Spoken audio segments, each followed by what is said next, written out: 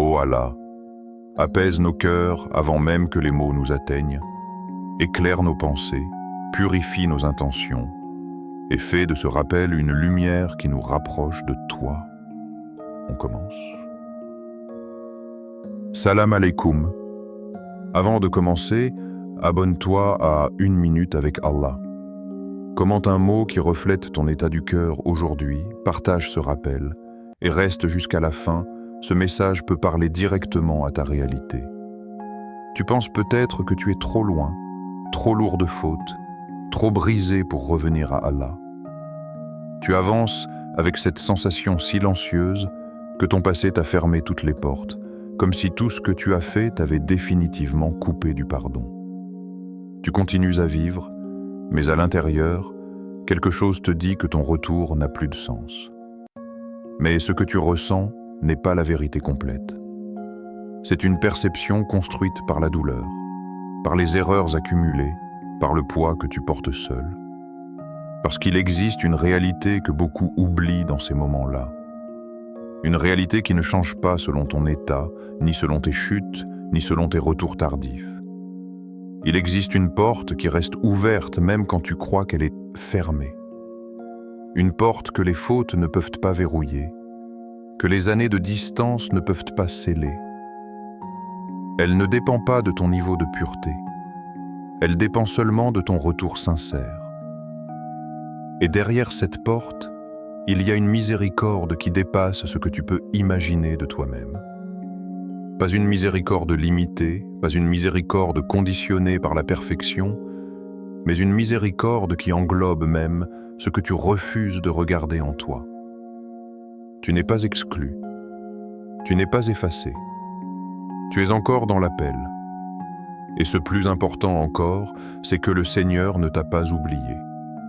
Même quand tu as cessé de l'invoquer, même quand tu t'es éloigné volontairement ou par faiblesse, l'appel vers toi n'a jamais été coupé. Il continue, discret mais constant, à toucher ton cœur dans les moments où tu t'y attends le moins.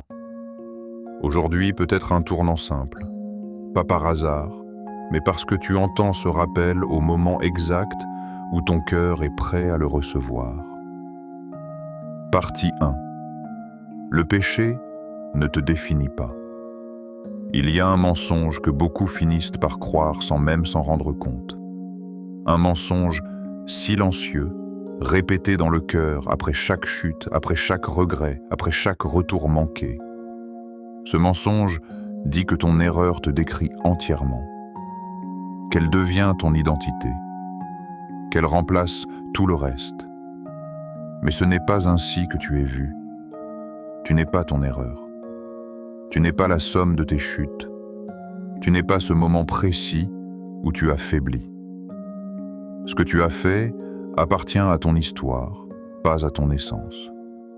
Et il y a une différence profonde entre les deux. Ton histoire peut être marquée, confuse, parfois lourde. Mais ton essence reste celle d'un être qui peut changer, revenir, se relever, recommencer. Le problème, c'est que quand une personne chute plusieurs fois, elle commence à se regarder uniquement à travers cette chute. Elle oublie tout ce qu'elle a été avant.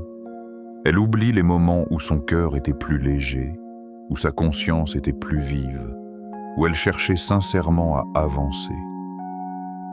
Elle oublie même sa capacité à se relever. Et peu à peu, elle se définit par ce qu'elle regrette. Mais dans la réalité spirituelle, cette définition est fausse. Elle est incomplète. Elle est injuste envers toi-même. Tu es un serviteur qui a chuté, pas un serviteur rejeté. Cette nuance change tout. Chuter ne signifie pas être abandonné. Chuter ne signifie pas être effacé. Chuter signifie être humain, fragile, imparfait, mais encore capable de retour. Il y a des moments où l'être humain pense que la distance entre lui et Allah est devenue trop grande. Il regarde ses actes, ses répétitions, ses retours incomplets, et il se dit qu'il a dépassé une limite invisible. Pourtant, Cette limite n'existe pas de la manière dont il l'imagine. Parce que tant que la vie continue, tant que le cœur ressent encore quelque chose, même un poids, même une gêne, même une honte, cela signifie qu'il reste une ouverture. Et cette ouverture n'est pas un hasard. Elle est le signe que tu n'as pas été abandonné à ton état. Même dans ton état de faiblesse, il existe une part de toi qui n'a pas disparu. Une part qui sait encore que revenir est possible. Une part qui se réveille parfois au milieu du silence, quand tout se calme, quand il n'y a plus de distraction, et que tu te retrouves seul avec toi-même. C'est souvent dans ces moments que la vérité remonte. Tu n'es pas défini par ton pire moment. Tu es défini par ta capacité à te relever après ce moment. Et cela change complètement la manière dont tu dois te regarder. Parce que si tu continues à te voir comme celui qui a échoué, tu restes bloqué dans cette image. Mais si tu commences à te voir comme celui qui peut revenir, alors quelque chose s'ouvre dans ton intérieur. Un chemin commence à se reconstruire, même lentement. Et ce chemin ne demande pas que tu sois déjà parfait. Il demande seulement que tu arrêtes de te réduire à ton passé. Il y a une erreur encore plus lourde que celle de tomber dans un péché. C'est de croire que le pardon ne te concerne plus. C'est de croire que tu es devenu une exception dans la miséricorde divine. Comme si ton cas était trop éloigné, trop répétitif, trop lourd pour être inclus dans le pardon. Mais cette idée ne vient pas de la vérité. Elle vient du désespoir. Et le désespoir est souvent plus dangereux que la faute elle-même, parce qu'il coupe le chemin du retour avant même que tu ne fasses un pas. La réalité est différente. Peu importe la taille de ton péché, la miséricorde d'Allah est plus grande encore. Cette phrase n'est pas une simple consolation. C'est une réalité qui dépasse la logique humaine. Parce que dans la logique humaine, plus l'erreur est grande, plus le pardon devient difficile. Mais avec Allah, la balance n'est pas limitée par la même mesure. Ce qui est énorme pour toi ne l'est pas pour sa miséricorde. Ce qui te semble lourd ne l'est pas devant sa capacité de pardon. Et c'est là que beaucoup se trompent. Ils regardent leur passé avec leurs propres yeux, pas avec la perspective du pardon divin. Ils empilent leurs fautes dans leur esprit, comme si l'accumulation seule suffisait à bloquer le retour. Mais le retour ne dépend pas du nombre de tes erreurs. Il dépend de ton orientation. Il ouvre la porte du pardon à celui qui revient sincèrement. Pas à celui qui est parfait. Pas à celui qui n'a jamais fauté. Mais à celui qui choisit de revenir, même après avoir chuté plusieurs fois. La sincérité n'est pas une absence d'erreur. C'est un mouvement du cœur. C'est une direction intérieure. C'est ce moment où tu reconnais que rester éloigné ne te convient plus. Et ce moment-là a une valeur immense. Parce que beaucoup restent bloqués dans une idée fausse. Ils pensent que leur passé est un mur. Mais en réalité, le mur n'est pas le passé. Le mur, c'est l'éloignement qu'ils maintiennent eux-mêmes en pensant qu'ils ne peuvent pas revenir. Ce n'est pas ton passé qui bloque ton retour. C'est ton éloignement du retour. Et cet éloignement n'est pas une fatalité. Il n'est pas permanent. Il peut être brisé à n'importe quel instant. Un simple retournement intérieur suffit pour changer la direction. Pas besoin d'attendre une version parfaite de toi-même. Pas besoin d'attendre un moment idéal. Le retour commence dès que tu cesses de t'éloigner. Et ce qui est important à comprendre, c'est que la miséricorde ne se fatigue pas. Elle ne s'épuise pas avec tes répétitions. Elle ne se retire pas parce que tu reviens encore. Ce qui s'épuise parfois, c'est la patience humaine. Mais la miséricorde divine n'est pas limitée par cette logique. Tant que tu reviens sincèrement, tu restes dans un espace où le pardon est possible.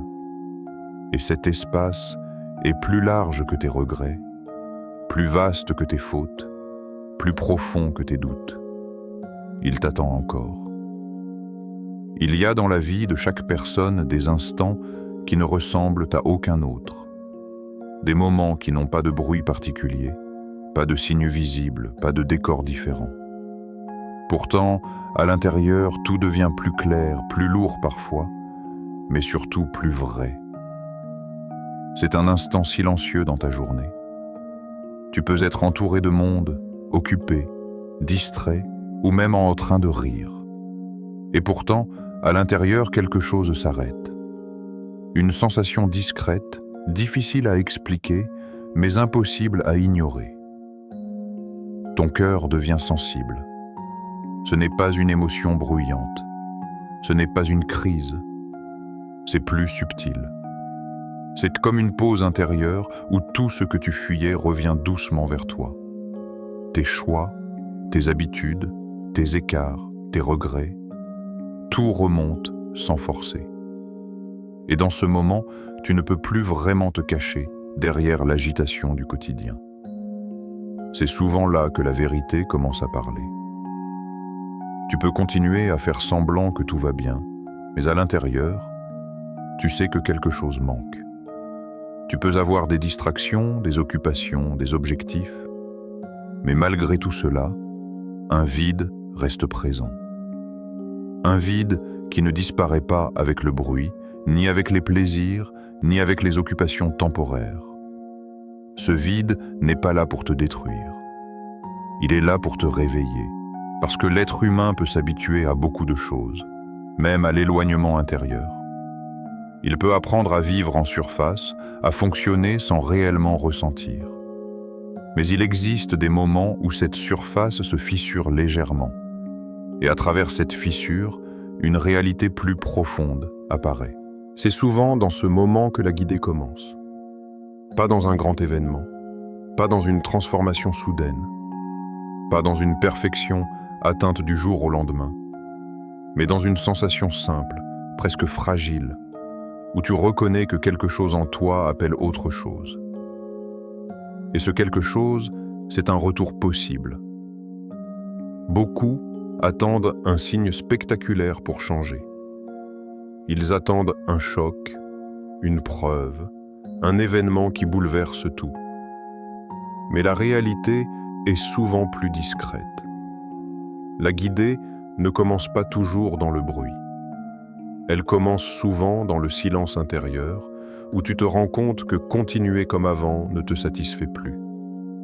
C'est là que tout peut basculer. Parce que le changement ne commence pas par une transformation extérieure. Il commence par une perception intérieure. Et cette perception, c'est souvent un regret sincère.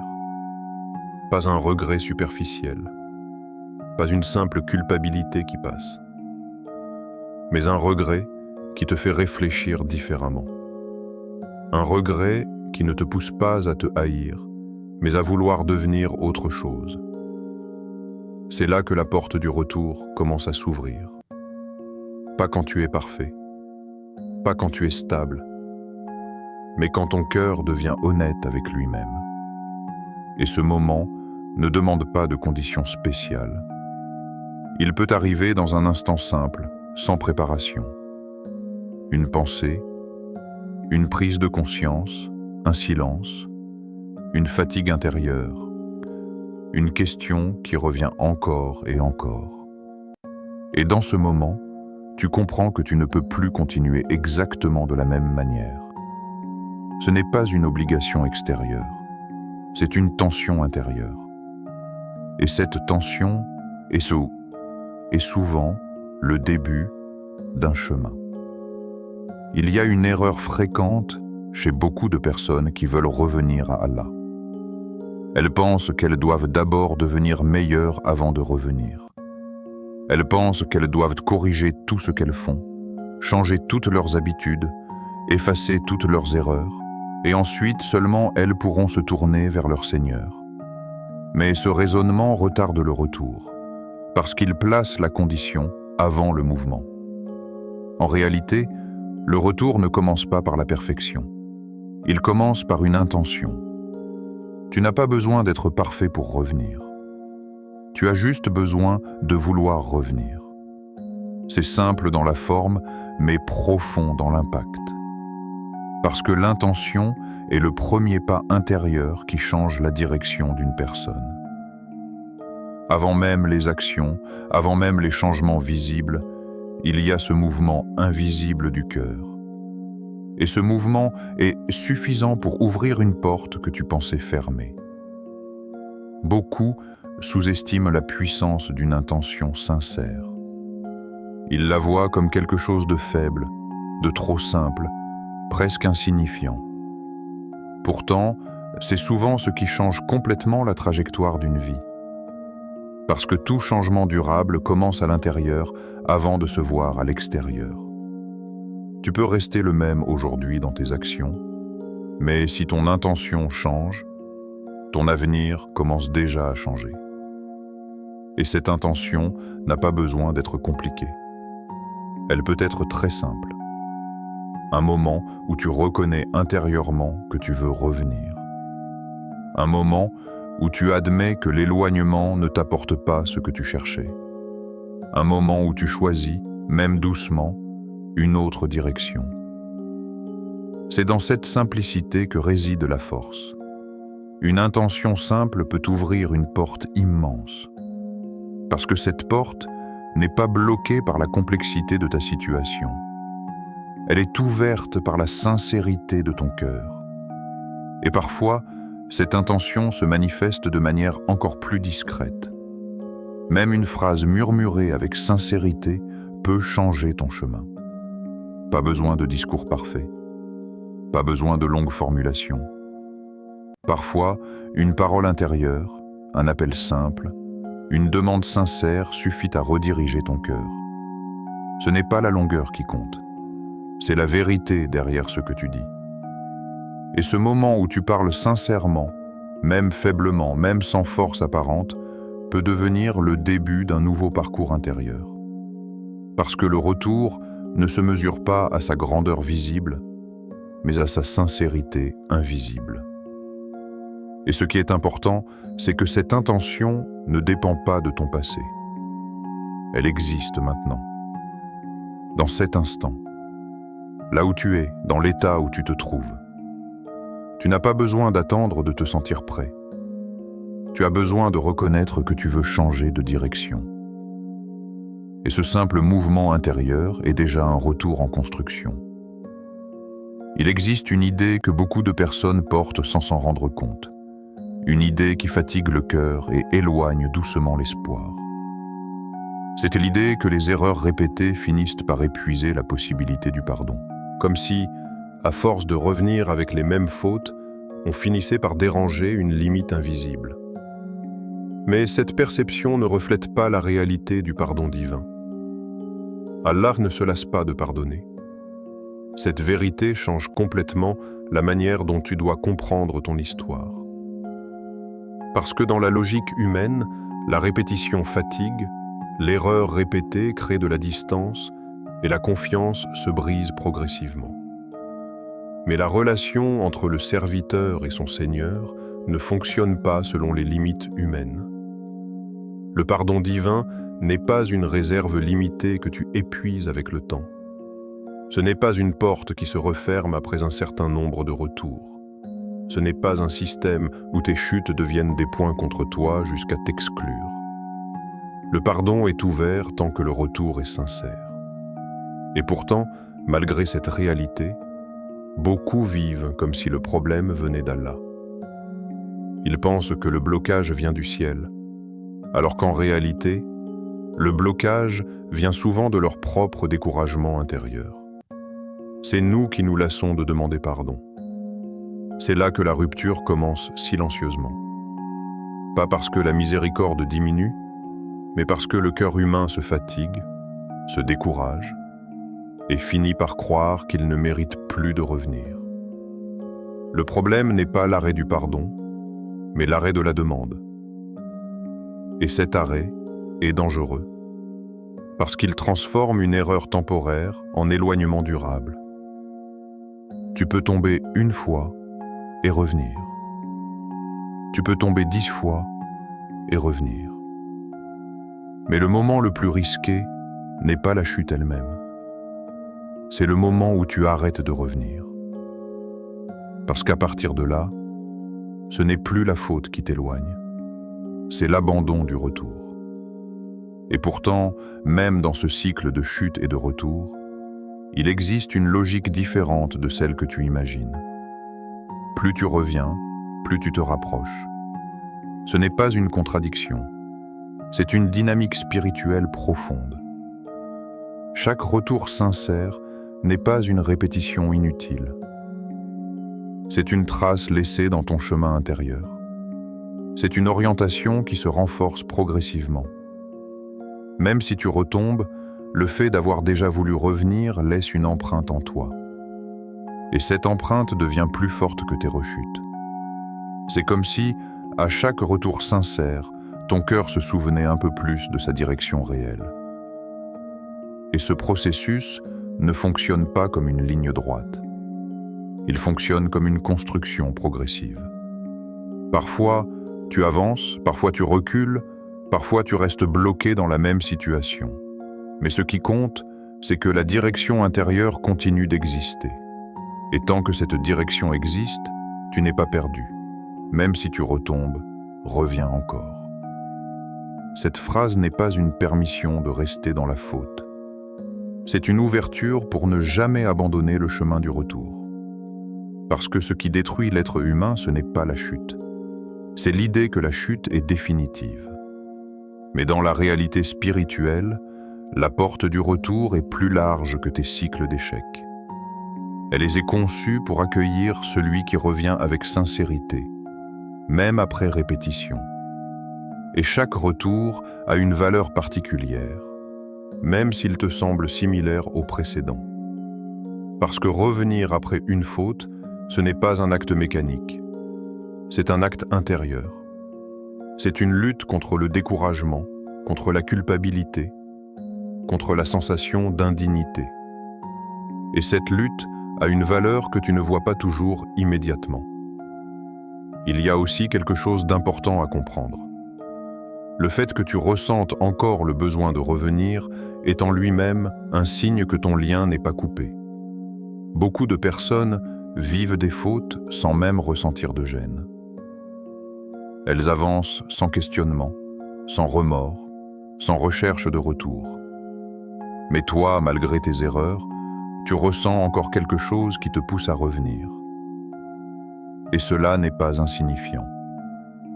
Parce que tant que le retour te traverse encore, cela signifie que la porte est encore ouverte dans ton intérieur. Et cette ouverture est précieuse. Il existe des réalités que beaucoup ne comprennent pas correctement. Ils pensent que la foi se mesure uniquement par la perfection visible, par la constance totale, par l'absence de chute. Mais cette vision est incomplète. La foi ne se mesure pas seulement à la stabilité extérieure. Elle se reconnaît aussi dans la lutte intérieure. Le fait que ton cœur soit dérangé par ton péché est déjà un signe. Ce dérangement intérieur n'est pas une faiblesse. Ce n'est pas un hasard. Ce n'est pas un simple inconfort psychologique. C'est un indicateur profond de ta conscience spirituelle. Parce que tout le monde ne ressent pas ce poids. Il existe des personnes qui commettent des erreurs et qui ne ressentent plus rien. Leur cœur s'habitue, se ferme, s'endort progressivement. Ils continuent sans être dérangés, sans conflit d'intérieur, sans tension morale. Et c'est là que le danger devient plus profond. Mais toi, malgré tes faiblesses, malgré tes chutes, malgré tes contradictions, tu ressens encore quelque chose. Tu ressens un malaise intérieur. Et ce malaise n'est pas là pour te détruire. Il est là pour te réveiller. C'est une forme de sensibilité intérieure qui indique que ton cœur n'est pas complètement fermé. Il réagit encore. Il est encore capable de distinction. Il reconnaît encore la différence entre ce qui t'élève et ce qui t'éloigne. Et cette capacité est un signe précieux. Parce qu'un cœur totalement insensible ne lutte plus. Il ne questionne plus.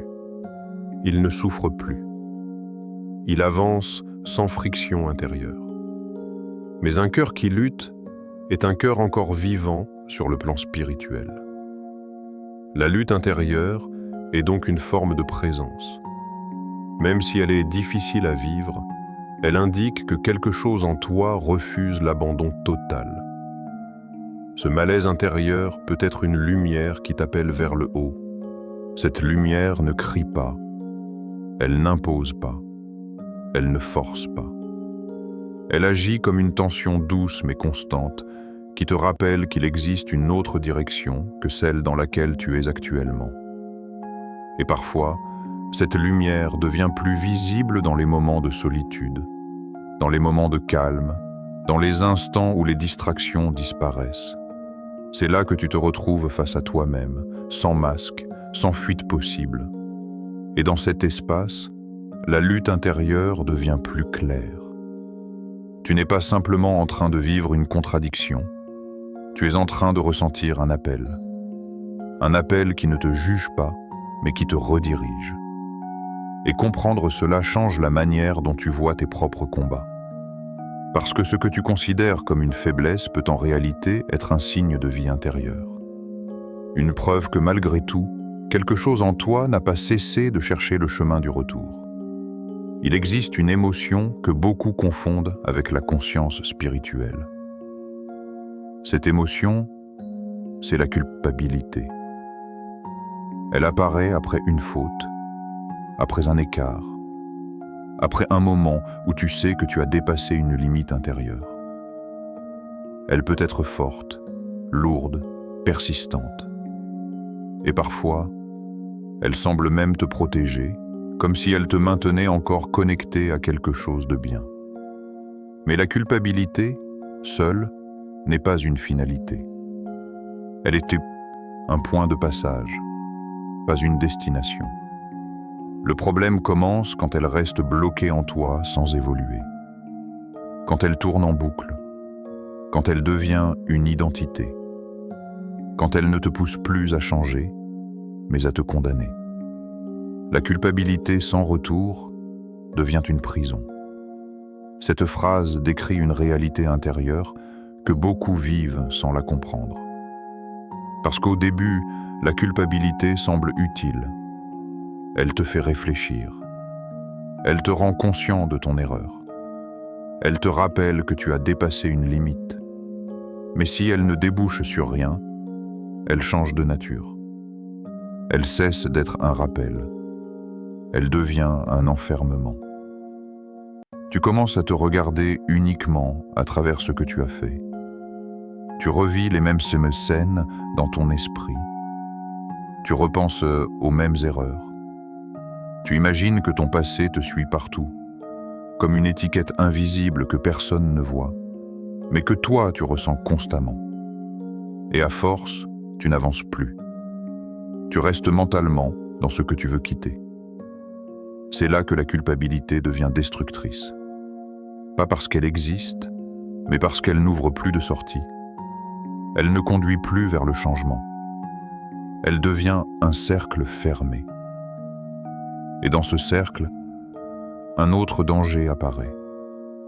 Le découragement. Tu commences à penser que revenir ne sert plus à rien. Que tu as déjà trop échoué. Que ton histoire est trop chargée pour être corrigée. Et petit à petit, une idée s'installe, celle d'être trop loin. C'est exactement à ce moment que la perception change. Parce que la culpabilité, si elle est bien orientée, peut devenir un moteur. Mais si elle est mal orientée, elle devient une barrière. Mais la culpabilité avec repentance devient une porte. La différence entre les deux n'est pas dans l'intensité du regret, mais dans la direction du cœur. Quand la culpabilité reste seule, elle te tourne vers le passé. Quand elle est accompagnée de repentance, elle te tourne vers le retour. La repentance transforme la douleur en mouvement. Elle ne nie pas l'erreur. Elle ne l'efface pas de ta mémoire. Mais elle refuse de la laisser te définir. Elle dit intérieurement « J'ai fauté, mais je reviens. J'ai chuté, mais je ne reste pas au sol. J'ai compris, donc je change de direction. Et ce changement est essentiel. Parce que ce n'est pas l'absence d'erreur qui construit une relation forte avec ton Seigneur. C'est la capacité à revenir après l'erreur. Ne laisse pas Shaitan te convaincre que tu es fini. C'est souvent dans les moments de faiblesse intérieure que les pensées deviennent les plus dures. Elles ne viennent pas toujours sous forme de voix évidente. Elles viennent sous forme d'idées répétées, de sentiments lourds, de conclusions silencieuses. Tu as fait trop d'erreurs. Tu n'es plus digne. Tu ne changeras jamais. Tu es trop éloigné maintenant. Et ces pensées, si elles ne sont pas remises en question, finissent par devenir des croyances internes. Mais elles ne sont pas la vérité. Elles sont une tentative de couper ton lien avec le retour. Parce que ce qui est dangereux, ce n'est pas ta chute. C'est ton arrêt. Et chaque fois que tu crois que tu es fini, tu fermes une porte qui, en réalité, reste ouverte. Ton histoire n'est pas terminée. Même si elle te semble lourde, même si elle te semble répétitive, même si tu n'arrives pas à voir clairement la sortie. Le fait même que tu sois encore en train de te poser des questions, encore en train de ressentir quelque chose, encore en train d'écouter un rappel, montre que ton histoire est encore en cours. Il n'y a pas de point final tant que tu n'as pas décidé d'abandonner le retour. Et c'est là que tout se joue. Pas dans la perfection de ton passé, mais dans la direction de ton présent. Parce que chaque instant où tu choisis de ne pas abandonner, tu changes légèrement la trajectoire de ton avenir. Et parfois, ce changement est invisible au début, mais il existe. Allahumma ya muqlib al-qulub, thabita qalbi ala dinik. Allahumma aghfir li dhunubi, wa tahhir qalbi, wahdini ila siratika al-mustaqim. Allahumma la taj'alni min al-ya'isina min rahmatik, waj'alni min at-tawabin. Ô Allah, toi qui changes les cœurs, affermis mon cœur sur ta religion, pardonne mes péchés, purifie mon cœur et guide-moi vers ton droit chemin. Ne fais pas de moi quelqu'un qui désespère de ta miséricorde, et fais de moi un repenti sincère. Tu n'es pas trop loin. Cette phrase n'est pas une impression, ce n'est pas une consolation vide. C'est une réalité que ton cœur doit apprendre à accepter. Parce que ce que tu ressens comme une distance immense n'est pas une séparation définitive. C'est souvent une perception construite par la culpabilité, par les erreurs accumulées, par les moments où tu as cru que revenir n'était plus possible. Tu n'es pas perdu pour toujours. Même si ton passé te paraît lourd, même si tes choix t'ont éloigné, même si tu as l'impression d'avoir trop retardé ton retour, cela ne signifie pas que ton histoire est terminée. Il existe toujours un chemin tant que le cœur est encore capable de ressentir, de regretter, de se questionner. Le fait même que ce rappel te touche montre que quelque chose en toi n'est pas éteint. Tu es simplement en train d'être appelé à revenir. Ce que tu vis n'est pas un hasard, ce n'est pas une simple coïncidence de mots ou d'instants. C'est un rappel qui vient réveiller ce qui était endormi. Pas pour te juger, mais pour te rediriger. Pas pour te condamner, mais pour te rappeler une direction que tu avais peut-être oubliée. Et ce rappel existe pour te ramener à ton Créateur. Pas pour te rappeler tes fautes, mais pour te rappeler que tu as une porte ouverte. Pas pour te bloquer dans le passé, mais pour te reconnecter à celui qui ne ferme jamais la porte du retour sincère. Chaque mot entendu, chaque prise de conscience, chaque moment de lucidité intérieure n'est pas là pour te perdre davantage, mais pour te rapprocher. Si ce message a touché ton cœur, alors ne le garde pas pour toi. Parce qu'un rappel qui reste enfermé perd une partie de sa valeur. Ce que tu ressens maintenant peut aussi être une lumière pour quelqu'un d'autre qui traverse la même obscurité silencieuse. Il y a des cœurs autour de toi qui vivent les mêmes combats, les mêmes chutes, les mêmes regrets, mais qui n'ont pas encore entendu les mots qui peuvent les réveiller.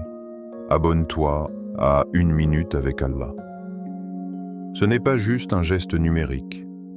C'est une manière de t'accorder un rappel régulier, une pause pour ton cœur dans un monde qui accélère tout sauf la paix intérieure. Chaque jour est une opportunité de te reconnecter, même brièvement, mais sincèrement. Reviens chaque jour pour nourrir ton cœur et te rapprocher d'Allah. Parce que le cœur ne reste pas stable sans rappel. Il s'endurcit ou il s'éclaire. Et chaque petit rappel, même court, même simple, peut être une goutte qui entretient cette lumière intérieure et t'empêche de t'éloigner sans t'en rendre compte. Partage cette vidéo autour de toi. Ne sous-estime pas ce geste. Tu ne sais pas qui en a besoin. Tu ne sais pas qui attendait exactement ces mots aujourd'hui. Parfois, une simple transmission devient la cause d'un changement que tu ne verras jamais directement. Peut-être qu'une personne changera grâce à toi, sans que tu le saches.